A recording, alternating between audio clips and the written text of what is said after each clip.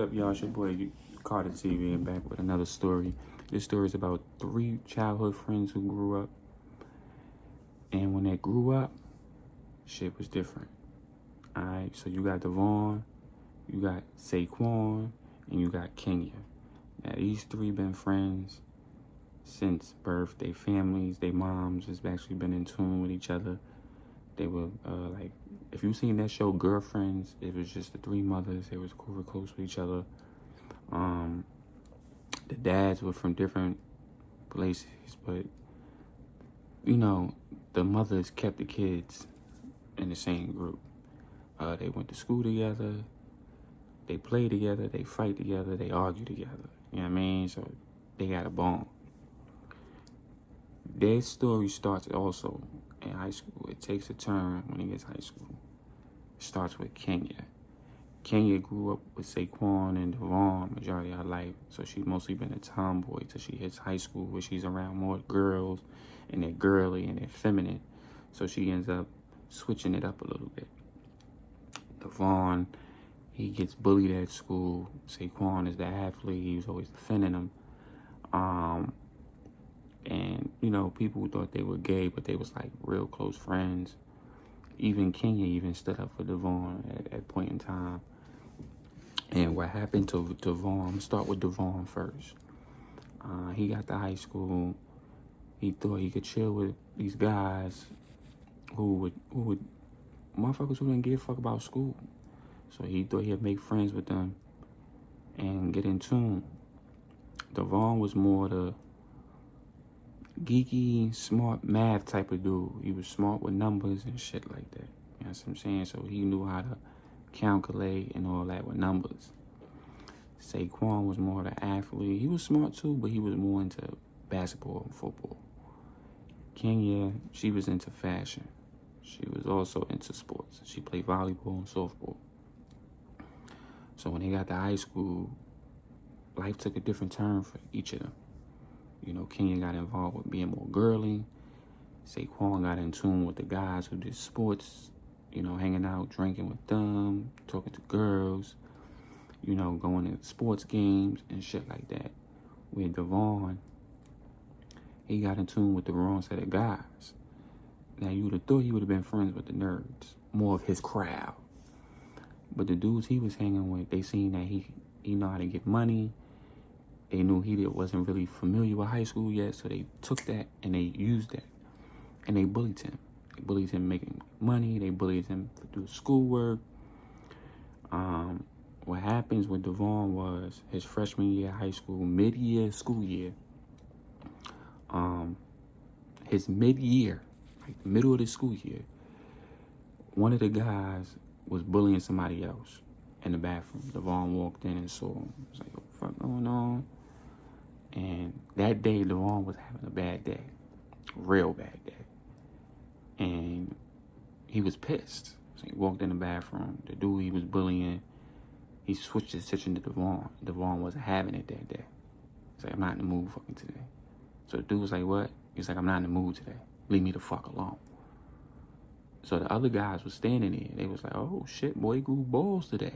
Because majority of the school year, they've been basically bullying him, taking his money, doing all types of bully shit. He's like, I'm not in the mood today. So the other 2 guys, as he was leaving the bathroom, the other 2 guys was looking at him like, where you going? Motherfucker, about my business. So they was like, yo, this nigga really grew balls today. So they tried to get at him. Devon struck him. Main-walked him. Back the fuck up. Right? He hit the dude. And the dude he hit was kind of shocked that he just stood there. So the kid was running out. And he ended up grabbing the kid. Where you going? I ain't done with you. And the other guy was like, nah, let's get Devon. And they pushed the kid into Devon. Devon ended up pushing the kid out his way. And the kid slipped and hit his neck and died. So when the kid wasn't moving, all 4 of them saw that. It was like, oh, shit. Oh. They dipped out of there, right? Devon, like, not necessarily pushed him, but kind of like glided him that way. The kid slipped, right? He slipped on a kid who was already sitting on the floor over his foot and cracked his neck and died. So a security guard was just so happened to walk by and see them run out the bathroom. He come in the bathroom and see Devon just staring at the kid. He's like, what's going on? What happened? He slipped and fell.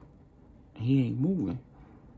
So the security guard called it in. They called the ambulance. They said the kid died. Police came. They doing the investigation. They asked Devon what happened. Right? They asked Devon what happened. They say it was 3 other guys in there. They pushed him.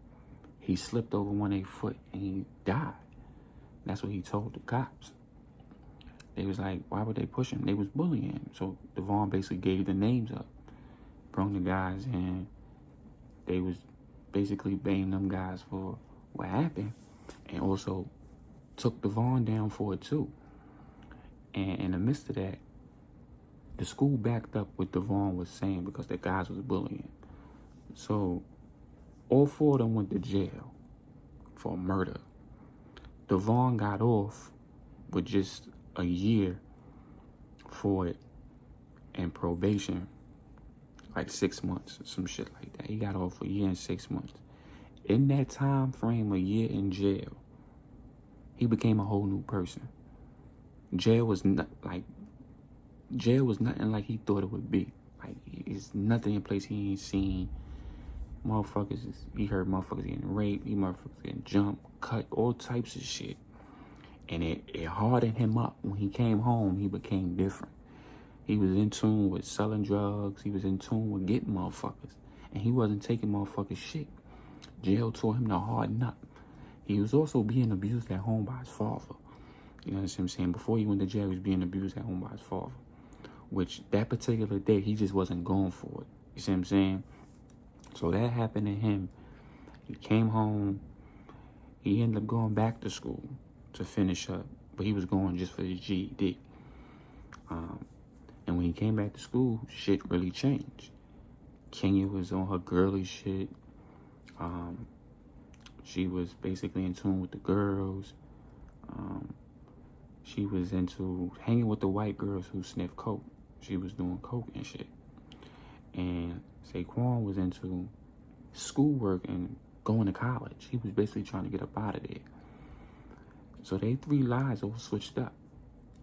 Saquon was more in tune with going to school and making a career out of football.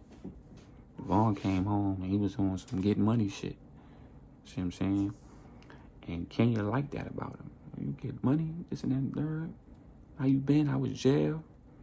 Jail was a place I don't think neither one of y'all would ever want to go. That shit made me feel different. Feel me? So when he came home from jail, his father knew that it's not the same kid he was raising. So he basically asked him, what you gonna do with your life?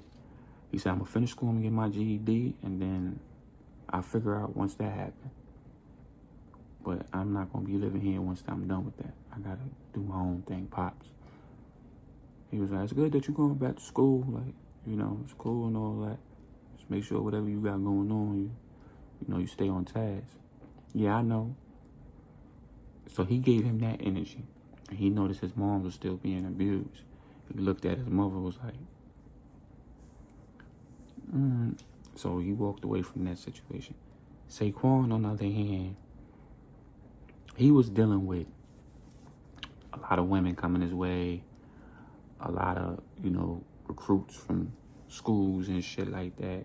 He was a big talk. He was the next big thing for the NFL. You see what I'm saying? He was the next big thing. So, I'm going to fast forward. Senior year, Saquon decided to go to UCLA on a full ride. You know what I'm saying? Kenya was going to school for fashion. She ended up going somewhere in California. She got a scholarship for that. With Devon, on the other hand, he noticed their relationship was splitting up, and he felt like their friendship was at reach. He ends up getting his GED, and he noticed like they didn't come to see him when he was in jail. They didn't even write him. When he came home, they barely spoke to him, and he felt some type of way. Devon was also battling mental health issues, PTSD, shit like that. He was having thoughts of hurting people. Jail mentality was kicking in, but he was also living in the real world. So that kicked in. And he was really, he actually got a chance to speak to Saquon in Kenya at a family gathering. They was there, he spoke to him. Now, Devon got much bigger than he was. He was a skinny dude, 9th grade. Came out, bigger dude, about 195 muscle, where Saquon was 260. You know what I'm saying? 260, big ass dude. Kenya she was a petite sized girl and all that. So they spoke, and he was like, how you been? And he was like, fuck. And Devon cut it short and was like, fuck all the small talk. Where was my support from my closest friends that I grew up with? And they both was like, we was all dealing with school and shit. He was like, y'all couldn't even write me? Y'all couldn't even write me? We grew up together. We took a bath in the same tub. We slept at each other's cribs. You know what I'm saying? We ate off the same plate. He basically was just like, y'all didn't support me. Y'all didn't do anything as regards to check on me. And we like brothers and sisters. You know what I'm saying? Our mothers was really close. After that, he didn't speak to them. He felt like his friends betrayed him. You know what I'm saying? His mother decided to leave because of her father's abuse. And he was talking to Saquon and Kenya's mother about trying to convince his mom to stay. I don't want her to leave. I can't be alone with him. It's not going to end well. But they couldn't convince her because enough was enough. And they basically told Devon, like, your father did a lot of abusing. He was also raping your mother while you was away. That lit a fuse under him. See what I'm saying? And after he heard that, you know what I'm saying? His mother was leaving him. His friends was going away to college. And he was just going to be left with his dad. His mental kicked in. He felt like everybody was an abandonment. You know what I mean? Kenya, she was focused on trying to go to Cali, get in tune with drugs and shit. She was down there sleeping with a lot of dudes at school because she was always coked up. She had videos of her going around school. They was calling her a little thigh, a little smut, a little slide and shit. You know what I mean? The girl she was hanging with, she don't hang with them no more because she was getting more attention than they was. So she was always have a little fights here and there with them.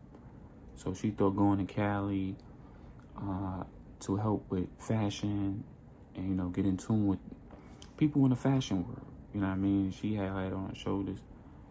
What ends up happening is somebody gave her a wrong dosage of coke. She ends up going into like a seizure. They thought she was overdosing, and they left her on the street. Devon found her, took her to the hospital. She woke up in the hospital and he was dead. And she was like, "The fuck happened?" They was like, "You damn near overdosed and died." Her mother showed up and all that. And she was like, "Don't tell my mother." Mother showed up. And he basically told her mother what it was. And she was like, "Why would you tell her? Somebody got to look after you." Shit, I can't do it no more. And he left her. Now, another thing that happened with Saquon was he was at a party. He was at a party with a bunch of guys. And, drugs was around. Weed. Like, Saquon passed up all them drugs except weed. He was like, he never tried weed, so he would try it. But he don't want to smoke it. So somebody offered him an edible. And they offered him a strong dosage edible. Like the THC level was about damn near 400. He took it like it was nothing. And he started tripping. He started seeing shit. Stripping, pushing over cars. Like he was going through some shit, frying up his brain. Police had to come and detain him. They took him and locked him up. And his mom ended up coming to get him. And Devon found out that they did that to him, and he beat the dudes up because it cost Devon, the scouts, to look at him, and it cost him his scholarship. So a lot of their lives are just being tarnished. Or for the drugs and school shit. And in the back of Devon mind, he was happy that their life was a little tarnished. Because now they can feel how I felt when I got sent to jail and nobody looked out for me. So Kenya and Saquon was talking, and they was just like, I think he's happy that we fucked up a little bit. So Saquon was like, I ain't fuck up nothing. I still got another chance at this last game, and I'm out, and I'm not saying nothing to him. You know what I mean? So Devon was overhearing the conversation. He was like, all right, bet. The night of Saquon's final game, scouts was looking. He spoke to scouts. They skipped his behalf on what happened with him, and they recruited him. He ends up going to Stanford. Devon showed up at the game, and he shot him. Shot him right in his chest. Boop, boop. Hoodied up. Shot him. Right? Looked over his body and said, you ain't going nowhere now, nigga. And walked away. That same night, Kenya was on a date. She was on a date with this dude who was also into fashion. And he was also going to Cali. They linked up. Kenya got word that something happened to Saquon. And she called Devon and was like, yo, I heard what happened to Saquon. Where you at? Are you good? He's like, yeah, I'm good. Where you at? She was like, I'm at the diner. I'm on a date. I'll link up with you right after I'm done. Devon was sitting in the parking lot. And when she came out, he walked up to her and he shot her. He went home after that. Shot his father. Sat on his bed. Took his own life.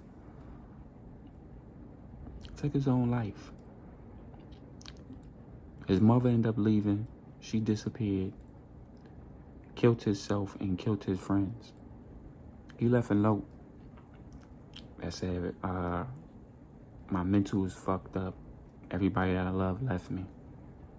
So since everybody wants to leave me, I'm going to get them before they could leave, and then we all going to leave together. Check on your friends with mental health issues, man. You never know what they going through. It's your boy Carter TV, man. I'm out, y'all.